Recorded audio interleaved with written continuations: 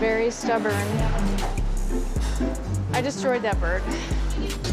Sarah felt anxious after the first day's experience. She couldn't imagine what kind of employees she would encounter in the following days. After sending Ronnie away, Sarah moved on to a newly opened branch, where she was greeted by the assistant manager, Sash. Sash was very skilled in the restaurant's operations and taught Sarah how to handle the roasted chicken. First, she took the chicken out of the oven, then removed it from the rack, and finally placed it on the cutting board and split it in half. It looked simple, but when it was Sarah's turn, she was at a loss. Thankfully, with Sash's help, Sarah managed to complete the task. During their chat, Sash revealed that she rarely rested while working. Her dream was to become a nurse, so she worked 2 jobs, one as an assistant manager at this restaurant and the other as a part-time worker elsewhere. She had no time to rest. Despite this, Sash never slacked off at work. She felt that if she were the restaurant owner, she would care about the emotions of every employee. Seeing Sash's enthusiasm for work, Sarah felt deeply moved, but also began thinking about how to improve the restaurant's work model. For the third undercover mission, Sarah visited a drive-thru restaurant led by a young man named AJ. A drive-thru restaurant is very different from a regular one. Speed is key. They must complete the entire ordering and pickup process within 60 seconds. Just hearing AJ's description made Sarah want to escape.